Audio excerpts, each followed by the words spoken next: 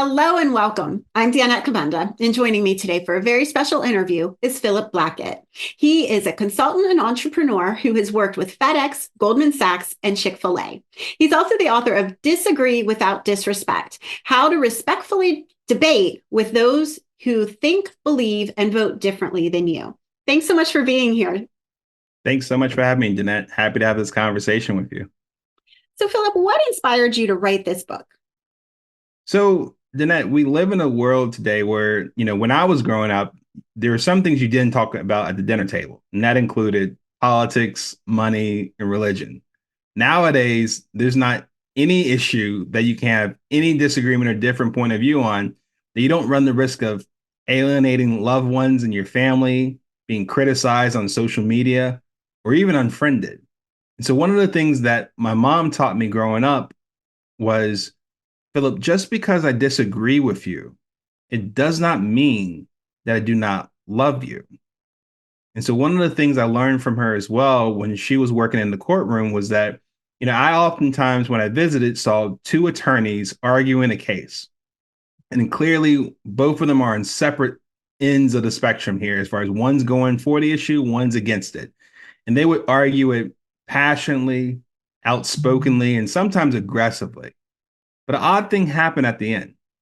When they exited the courtroom, more times than not, both attorneys shook hands. Both attorneys congratulated one another. And sometimes I would see them even eating lunch or dinner together, let alone even attending their daughter's soccer game on the weekend. And I think for me, that was a big lesson where what I thought would have been sleeping with the enemy here is more the lesson, like my mom said, that even if you disagree with someone, you can still respect and love that person. And I think that's what we've missed in our society today. And I'm hoping this book can help remind ourselves and re-engage ourselves with the proper rules of engagement when we come across people that think differently, believe differently, or vote differently from us. I absolutely love how you pull the humanity back into people we may be having these disagreements with. It's so beautiful. So, how can people apply your 5 step framework where they can disagree with someone's views, but still respect and love that person in a healthy relationship? Right. So the beautiful part about this book is that this is not just a political book. This is dealing with anybody that has a different point of view. And you can pretty much relate. That happens not just in the voting booth, but also the living room, the boardroom, the water cooler, any place with any relationship, family, friends, colleagues, and that sort. So, how do we do that? The first step is to first separate the idea or belief from the identity of the believer.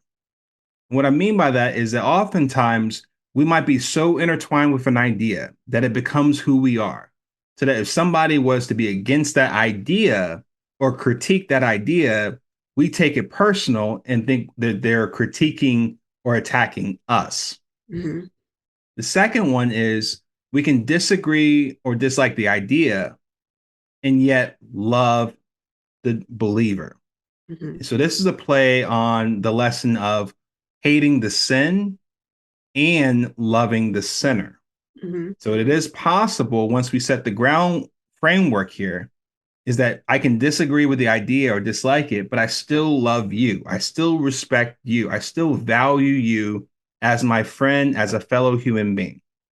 Now, once you set that up, now let's talk about the issue at hand and debate it based on its merits, meaning facts, logic, analysis, results, performance, not name calling, not over drawn out emotional responses that we're spending more time wiping tears and awkwardly trying to figure out how to re engage in the conversation rather than sticking to the issue at hand.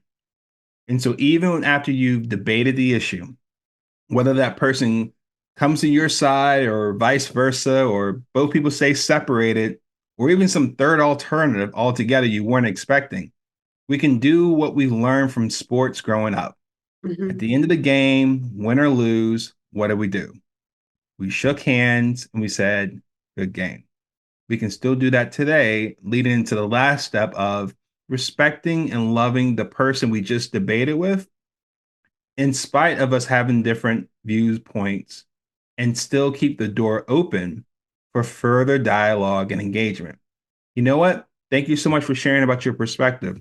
I might have still seen things a different way, but you opened my eyes up for another way of approaching this. I love for us to be able to further talk about this at another time, maybe over coffee, maybe over lunch or dinner. So keeping that door open for further dialogue is going to create a lot more friendships and preserve more relationships than otherwise. I love that you gave us actual phrasings that we can use in those conversations. Thank you so much for sharing all of this. To learn more about Philip, his books, and all of his projects, please visit his website at disagreewithoutdisrespect.com. Thank you so much for being with us. Thank you.